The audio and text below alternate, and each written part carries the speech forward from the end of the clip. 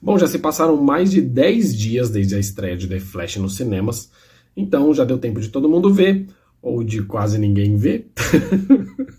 Então agora é hora de comentar a minha opinião com spoilers sobre o filme.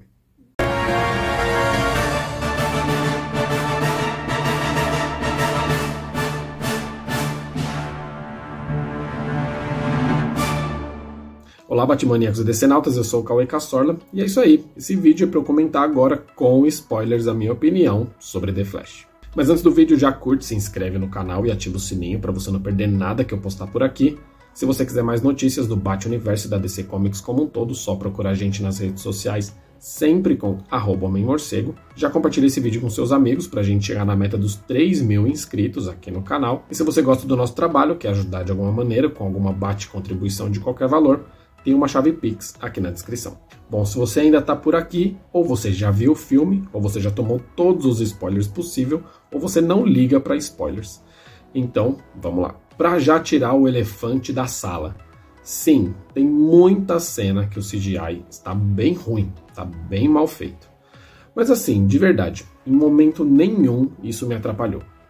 Tô falando de verdade mesmo, honestamente. Mas isso é uma coisa que tá sendo meio que praticamente uma tendência, porque muitos filmes que estão dependendo de muito CGI, muita computação gráfica, estão sofrendo bastante com isso. Acho que tirando o Avatar, do James Cameron, mas aí o cara também, cada filme, ele faz um filme a cada 5 anos. Então, né, os caras têm muito tempo para fazer. Mas todas as outras produções que estão dependendo muito disso estão sofrendo. Então, assim, é meio que tá tendo tanta coisa que precisa que acho que as empresas não estão dando conta de fazer isso, né? Inclusive tem vários artistas de várias empresas diferentes reclamando exatamente sobre isso, da demanda muito alta, que eles não estão tendo tempo de trabalhar, não estão tendo recurso suficiente, tempo suficiente, a galera tá trabalhando dobrado, então realmente tá bem complicado.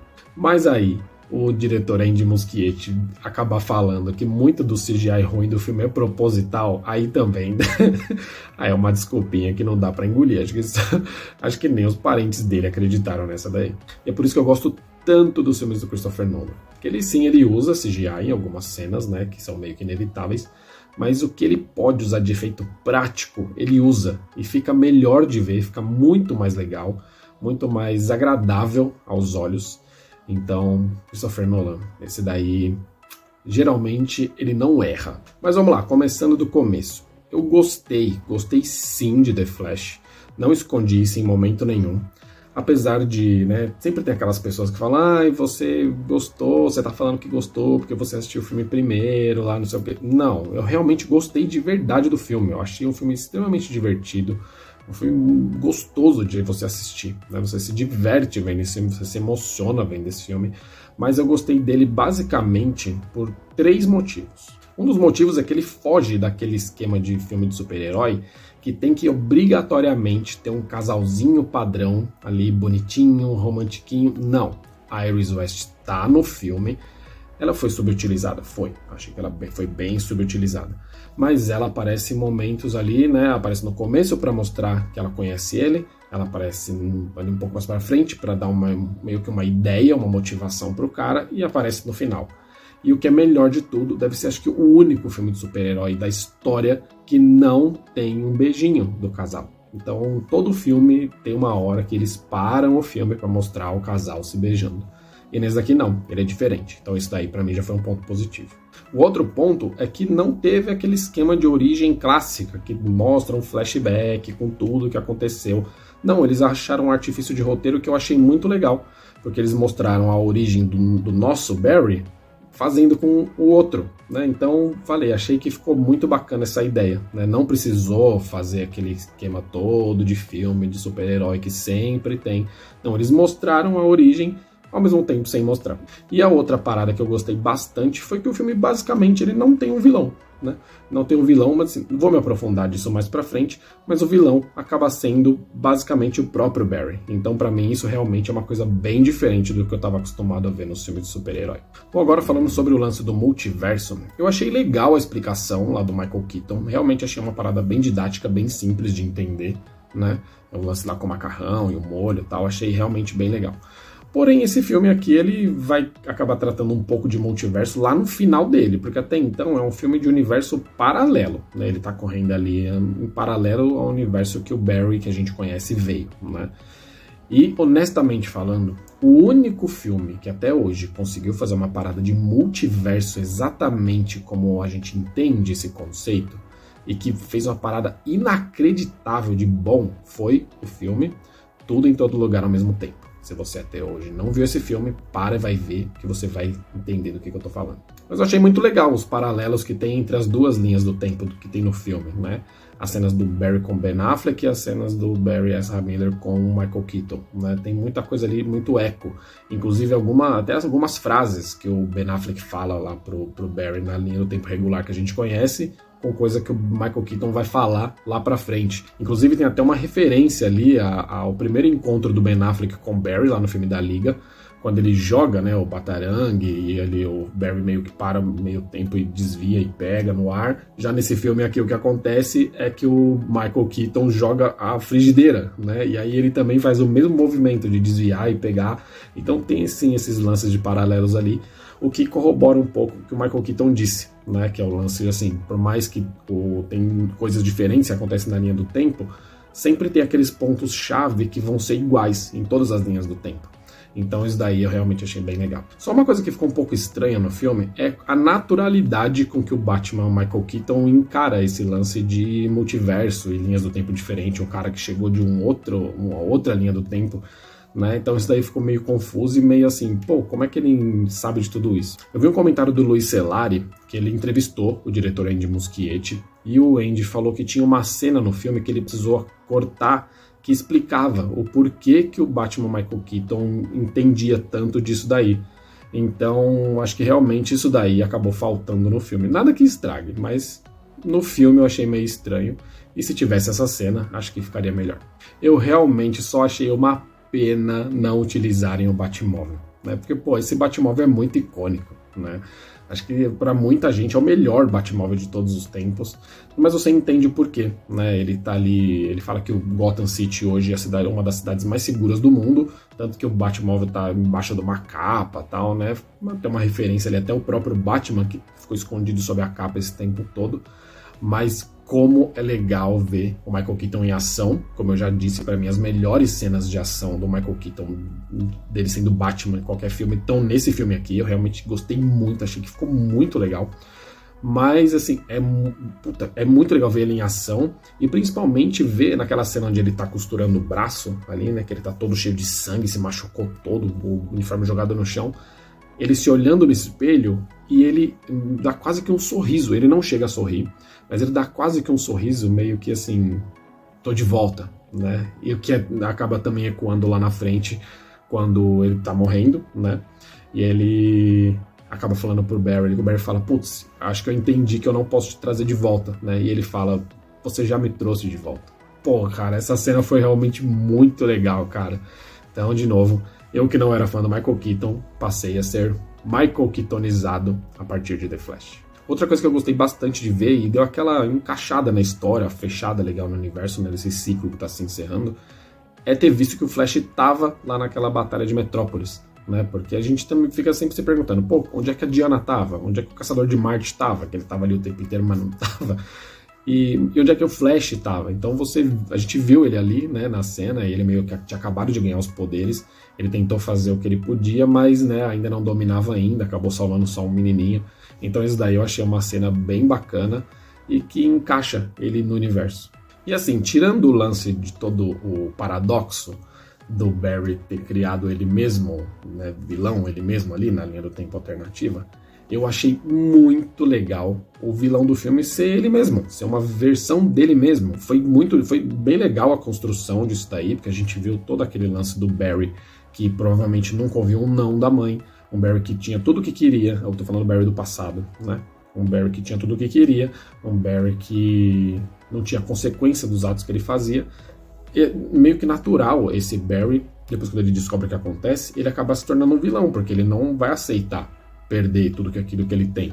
Então eu realmente achei essa construção muito legal. Ok, que o desfecho foi muito simples. Não teve nenhuma luta grandiosa do Barry, do nosso Barry, com o Dark Flash. Mas, tirando isso, a construção dele eu achei legal. E eu realmente achei mais legal ele ser o vilão do que se tivesse um dos vilões tradicionais dele. O Andy Muschietti também falou que o vilão que matou a mãe dele foi o Flash Reverso. Também não tá isso no filme, a gente não vê nada disso. Mas, de novo, achei mais legal para essa história aqui que o vilão fosse o próprio Barry. Uma versão dele, pelo menos, né, do que um dos seus vilões tradicionais. Ainda mais agora, sabendo basicamente o desfecho que essa história toda vai levar. Se ele colocasse um vilão ali para explicar depois, talvez ficasse mais uma das pontas soltas do Snyderverse em aberto. Universo esse que, né, se não rebutou, pelo menos ficou uma linha do tempo paralela ali, mas, de novo, depois mais para frente eu falo sobre isso. Já puxando o gancho da morte da Nora Allen, cara, assim, quando eu vi esse filme pela primeira vez, eu realmente fiquei um pouco incomodado com o lance de não mostrarem quem foi que matou ela. Como eu já disse, o Muschietti falou que sim, foi o Flash Reverso e tal, seguindo, né, a linha que foi apresentada lá no Flashpoint, que é onde ele bebeu muito para construir esse filme. Bebeu para ter umas ideias, né, ele não adaptou a parada, porque a história realmente é muito legal. Se você não conhece a história do Flashpoint, vai procurar, mas ela é muito complexa e envolve muitos personagens. Então, para um filme que precisava ser um filme do Flash, não cabia, né? Ele pegou o conceito da história e adaptou sobre isso daí. Mas assim, a cena ali da despedida dele da Nora Allen é tão legal, é tão emocionante, que assim, eu realmente chorei às vezes que eu vi esse filme. E depois eu entendi que esse filme não é sobre mostrar quem matou a mãe do cara, né? Esse filme não é sobre isso, esse filme é sobre a construção do Barry e sobre a aceitação dele de que ele precisa perder a mãe, de que o lance de perder a mãe é necessário para o universo poder funcionar, né? Porque a morte da mãe é um daqueles pontos-chave que o Michael Keaton explicou lá, que é imutável. Então, realmente, se a mãe dele sobreviver, ninguém mais sobrevive, né? Então, cara, eu achei isso muito legal mesmo.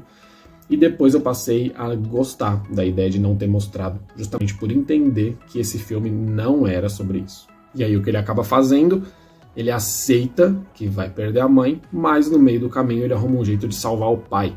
Então não é que ele escolheu um pelo outro, né? A mãe dele já ia perder, mesmo naquele universo onde o Zod estava aqui. Se o Zod ia ganhar e a mãe dele ia morrer, e não só a mãe dele, ia morrer todo mundo, ia morrer ele, ia morrer o pai. Então ele entendeu que aquele universo não tinha salvação, aquele universo já estava condenado. Então ele acabou não escolhendo um dos dois, mas ele acabou salvando o pai, o que foi bem legal. Já sobre as participações no filme, né, mais uma vez a gente teve a Mulher Maravilha aparecendo, ela virou basicamente o Stan Lee da DC, né? Ela tá em todo o filme, ela aparece rapidinho, não faz muita coisa, que ela aparece, resolve o negócio, vai embora. Resolve o negócio, vai embora. Foi assim no Shazam, foi assim nesse filme agora. Então é uma pena, porque provavelmente essa daqui deve ter sido a última participação da Gal Gadot como Mulher Maravilha. Então ela merecia mais. Já naquela cena lá onde os mundos realmente começam a colidir, que aí sim a gente vê o lance do multiverso, todo chegando, se aproximando e colidindo, a gente vê o Jay Garrick, que por mais que não falem, pra mim é sim o Ted Sears, né? Não só pra mim, como pra muita gente. E se não é, acho que o cara que fez o CG daquela cena, ele foi no Google, digitou lá Jay Garrick e pegou a imagem e fez em cima do Ted Sears. Mas, cara, é muito parecido. E aí veio o festival de referência ao universo do Superman, né? Teve o George Reeves, teve o Christopher Reeve, que, pô, realmente é muito legal você ver o Christopher Reeve no cinema, né? Teve a Ellen Slater, daquele filme meio tosqueira, da Supergirl dos anos 80. E aí o senhor Nicolas Cage, né, em toda a sua glória e CGI estranho, apareceu finalmente como Superman dos cinemas. Porém, eu sei que teve muita gente que não entendeu nada. O que o Nicolas Cage estava fazendo ali de Superman? Essa daí é uma das referências muito pro nicho DC Comics, né? Que, pra quem não sabe, ia ter um filme do Superman com o Nicolas Cage lá nos anos 90. O filme teve 1 milhão de roteiros diferentes, uma história mais maluca do que a outra. E assim, aquele lance dele batalhar com uma aranha gigante realmente estava em um dos roteiros, e era um dos roteiros mais conhecidos, que era escrito até pelo Kevin Smith. Então, assim, cara, quando eu vi aquilo, eu achei muito legal pela referência, mas eu entendo quem não pegou. Da mesma maneira que muita gente não entendeu nada daquela piada que eles usaram 1 milhão de vezes do Eric Stoltz ser o Marty McFly lá no De Volta para o Futuro. Isso daí é só para quem sabe muito de bastidor de cinema, né? Porque o De Volta para o Futuro realmente ele começou a ser filmado com o Eric Stoltz sendo o Marty McFly. Porém, o diretor do filme, Robert Zemeckis, achou que não estava funcionando. E aí ele foi e convenceu o Michael J. Fox a ser o Marty McFly e acabou dando tão certo que, né, rolou os 3 filmes, é uma das trilogias mais famosas do cinema aí. Mas então, de novo, é só pra quem tem esse background de bastidor de cinema. Acho que muita gente realmente não entendeu nada.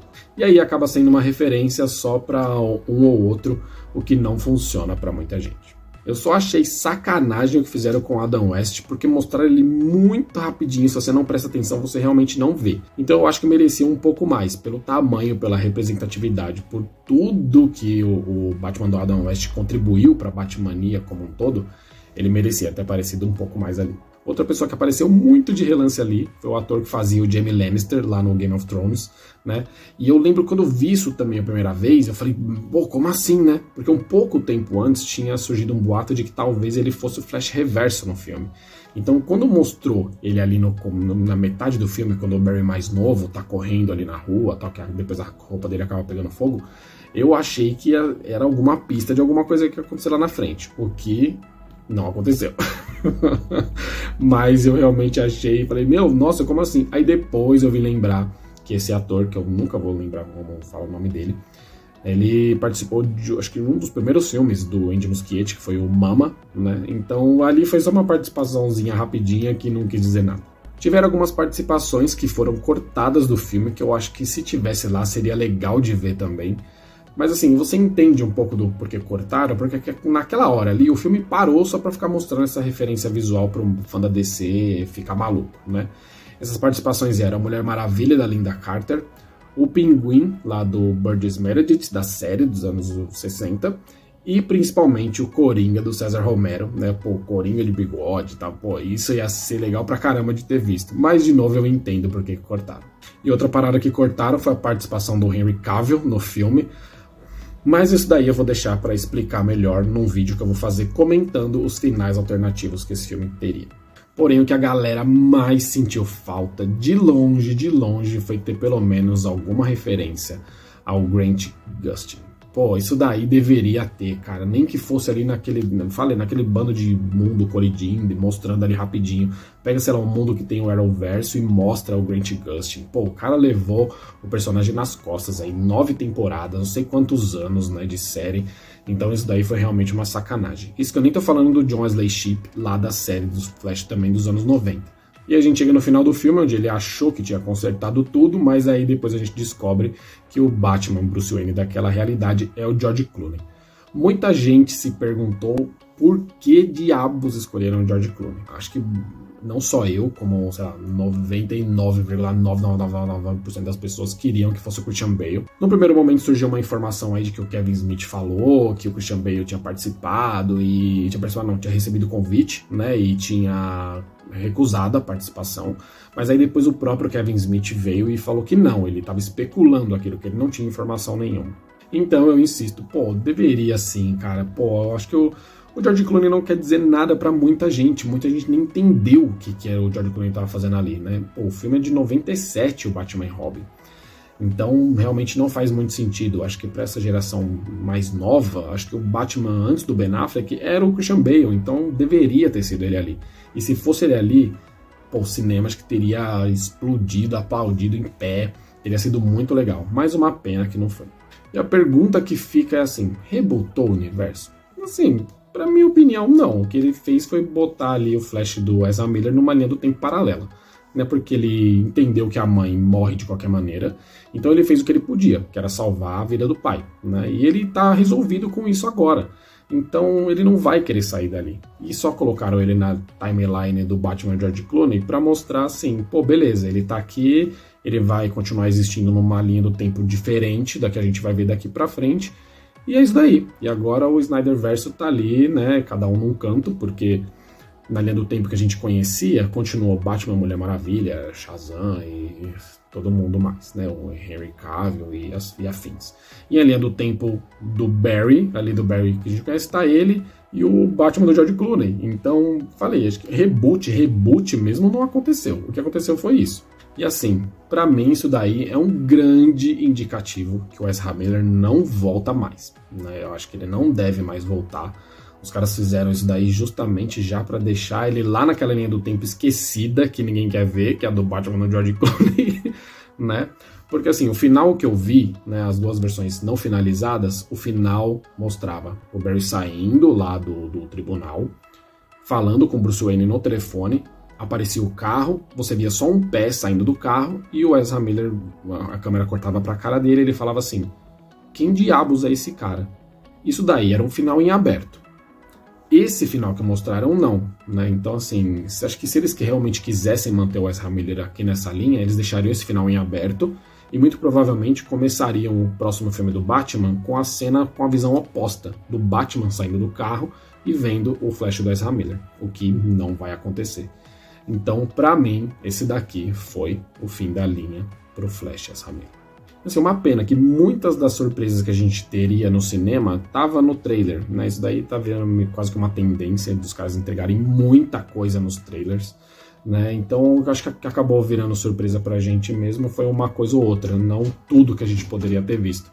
Então, acho que, sei lá, acaba estragando um pouco da experiência. E a outra tristeza é esse flop miserável desse filme, que realmente não merecia. Mas o flop desse filme aqui não é só por esse filme em si, porque o filme não é um filme ruim, mas por todo o contexto, né? O contexto do Ezra Miller, o contexto do universo que já tá moribundo, que ninguém mais quer ver, ninguém mais quer gastar tempo ou grana para ver uns personagens que não vão pra frente. Também tem o lance das viúvas do Snyder. Então, cara, esse filme aqui ele tá sofrendo não só por ele mesmo, mas por todo o contexto externo dele.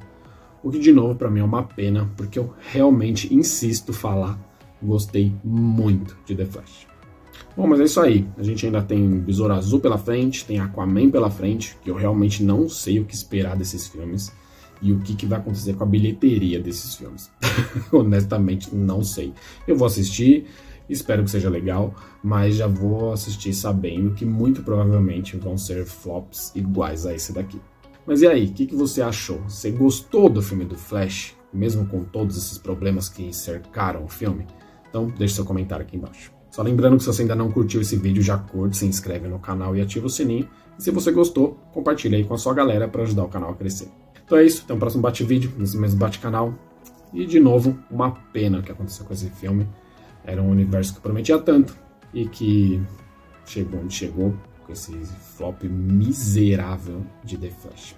Uma pena, de verdade. Fazer o quê, né? Um abraço.